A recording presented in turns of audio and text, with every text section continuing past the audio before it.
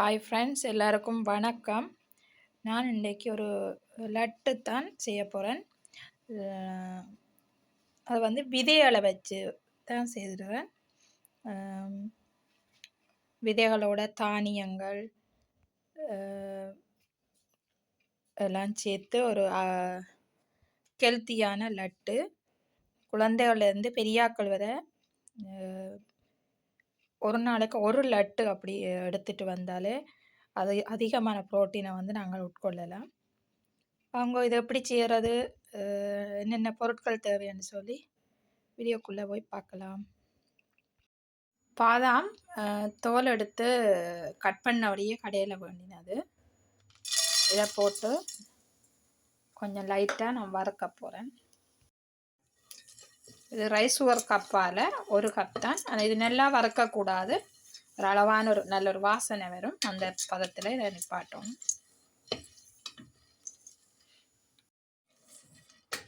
இப்போ இப்படி கலரை மாறி லைட்டாக வரைக்கும் எடுக்கணும். இது சரி வந்துட்டுது. இது எடுக்க போகிறேன். இப்போ இதே இதுக்குள்ள சூரியகாந்தி விதை, இதையும் ஒரு கப், எல்லாம் சம அளவு தான் நான் எடுக்கிறேன். அதையும் அதே மாதிரியே குறைஞ்ச தீயில விட்டு வறுக்கணும். இது ஏண்டா தானியங்கள் வந்து விதிகள் வந்து விடப்பண்டு கருகிடும். அது இந்த வாசனை வரைக்கும் நாங்கள் டப்பண்டு நிப்பாட்டி போட்டு தண்டலாம். இப்போ இது கலர் மாதிரி வந்துட்டு இதை விட நாங்கள் நல்லா வறுபட விட்டால் கறியிடும், கயரும் நாங்கள் லட்டு செய்யிக்க. இப்போ இது சரியான பதம். இதையும் எடுக்க போகிறேன். இப்போ இதில் வந்து கச்சான் உடைச்சபடியே வர இது எங்களோட ஸ்ரீலங்கன் கச்சான், வேர்க்கடலையான்னு சொல்கிறோம் இந்தியாவில். இதுவும் அதே அளவு தான். எல்லா விதிகளும் வந்து ஒரே அளவு தான் நான் எடுக்கிறேன். இந்த கச்சான் எல்லாம் உடம்புக்கு அவ்வளவு நல்லது. பாதாம், கச்சான் இதுகள் வந்து இனியில்லையாண்ட உடம்புக்கு நல்ல ஒரு இது. அளவாக எடுக்கும்போது அது நல்லா எடுக்கும், உடம்புக்கும் தேவையான சத்தை கொடுக்கும். இப்போ இது வறுபட்டுட்டது. இதையும் நான் எடுக்கிறேன். இனி விட்டால் இது கறியிடும். ஏன்னா நாங்கள் தோலோட இல்லை, கோதோட இல்லை, தோல் மட்டும்தான் இருக்குது, அதால் கறியிடும். இதை எடுக்கிறேன். இது வந்து மிலோன் சீட் விதை. நார்மலாக இது இந்த கப்பு வந்து 100 கிராம், ஒரு கப்புன்னு சொன்னால் இதில் 100 கிராம் வருது. நீங்கள் கிராம் அளவுக்கு எடுக்கிறேன்னு சொன்னால் எல்லாமே சம அளவு. 100 கிராம்னா 100 கிராமே எல்லாம் எடுக்கலாம். ஆனால் நாங்கள் எல்லாருமே கூடுதலாக வந்து இந்த விதைகளை வந்து பாவிக்கிறது இல்லை.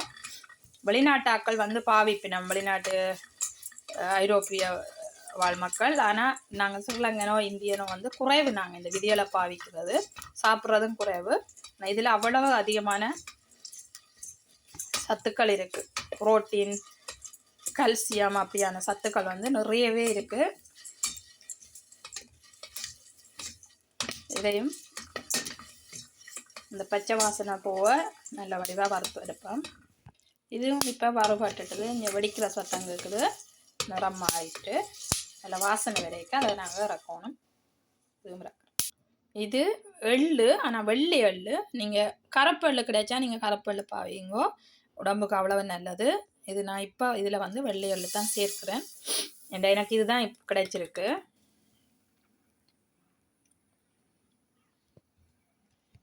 எள்ளை வந்து நீங்கள் வறுக்க இனி இல்லையாண்டா குறைஞ்ச தீயில விட்டு தான் வறுக்கணும். ஏனெண்டா எள்ளு கருகிடும். கறினா கயரும்.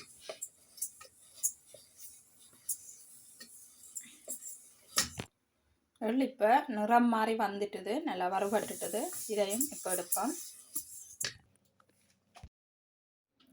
இது வந்து பூசணி விதை, சர்க்கரை பூசணி, டுவா பூசணிக்காய், அந்த அதுன்ற விதை. நாங்கள் எல்லாம் பூசணிக்காய் சமைச்சு போட்டு அந்த விதையை வந்து எறிஞ்சிடுவோம். ஆனால் இங்கே அதை துப்புரவாக்கி அதுவே வந்து ஒரு நட்ஸாக சாப்பிடுவாங்க வறுத்து போட்டு. நான் இப்போ அதில் வந்து அதையும் எல்லாம் போட்டு லட்டு செய்ய போகிறேன்.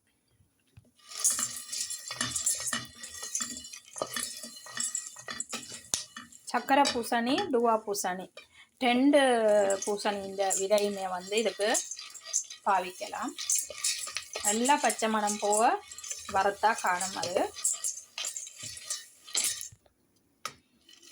இது பாருங்கள், எல்லாம் வெடித்து வெள்ளையாக தெரியுது பாருங்கள், வறுவட்டு வந்துட்டுது.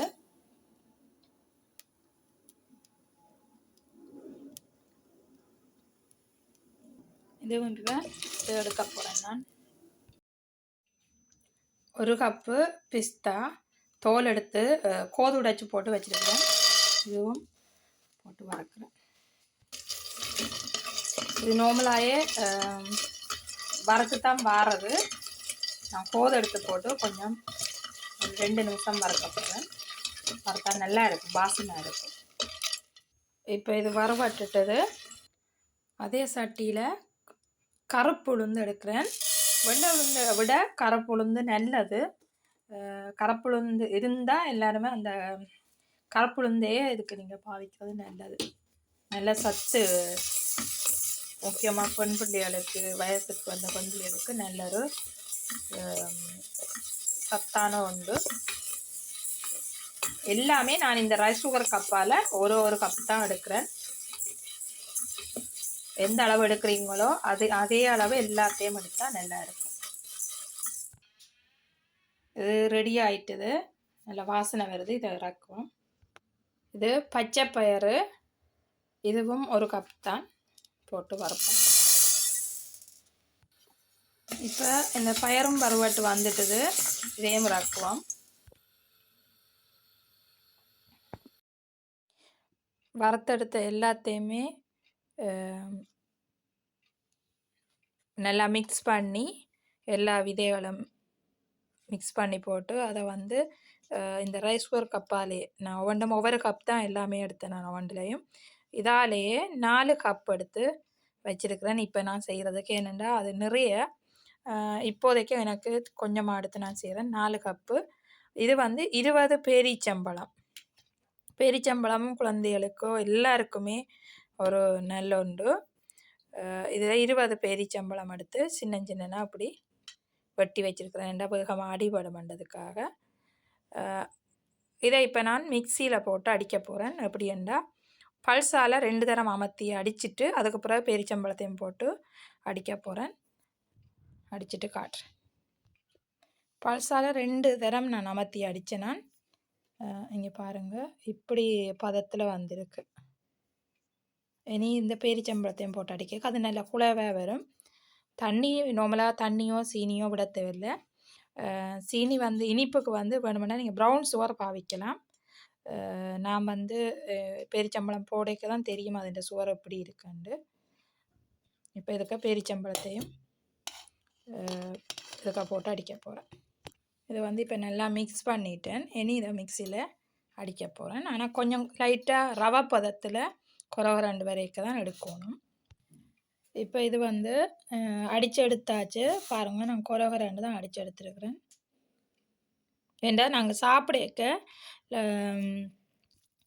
அது வந்து எங்களுக்கு கடிவட்டை தான் ஒரு டேஸ்ட்டு. எள்ளு சேர்த்துருக்குறேன், அதை விட கச்சான் எள்ளு. மற்றபடி நான் வேறு எதுவுமே சேர்க்க இல்லை. இந்த எண்ணெய்த்தன்மையான இந்த முழுக்க தானியம் விதைகளும் தானியம் தான். பாருங்கள் அப்படி இருக்கண்டு. இது அவ்வளவா நேச்சுரலானது. நான் தண்ணியே சேர்க்க இல்லை. பேரிச்சம்பழம் 30 பேரிச்சம்பழம் போட்டுனா 4 கப்பு ரைஸ் ஒரு கப்பால் எடுத்த இந்த வறுத்த விதைக்கு. இனி இது சரியான பதம் பிடிக்கிறதுக்கு இருக்குது, சரியாக வருது. உடைக்க இப்படி இருக்கும். நான் பிடிச்ச எல்லாத்தையும் தான் போட்டு காட்டுறேன். எனக்கு இந்த 4 கப்பு விதையில் வறுத்து பேரிச்சம்பழம் 25 பேரிச்சம்பழம் போட்டேன் நான். பாருங்கள், லைட்டாக அந்த எண்ணெய்த்தன்மை மாதிரி இருக்குது. ஆனால் தெரிகிறதெல்லாம் அந்த எள்ளு தான், அந்த வெள்ளை எள்ளு பயறு அதெல்லாம் தெரியுது. நல்ல அருமையாக வந்திருக்குது.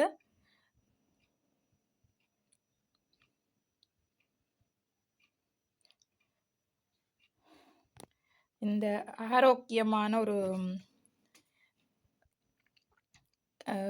சத்து மாவண்ட தாண்டி சத்தா ஒரு லட்டு நான் செய்திருக்கிறேன். உண்மையிலேயே ஒரு நிறைவான ஒரு சத்து கொண்ட ஒரு இதுதான். நிறைய புரோட்டீன் வந்து இதில் அடங்கி இருக்கு. குழந்தைகளுக்கு இன்னும் நல்லது. அதே மாதிரி வெயிட் குறைக்கிறவங்க எல்லாருமே வந்து இந்த அதிக புரோட்டீன் வந்து உட்கொள்றது நல்லது. ஓகே, இந்த லட்டு உங்களுக்கும் பிடிச்சிருந்தா லைக் பண்ணி கமெண்ட் பண்ணி ஷேர் பண்ணுங்க. அடுத்த வீடியோவில் சந்திக்கிறேன். பாய்.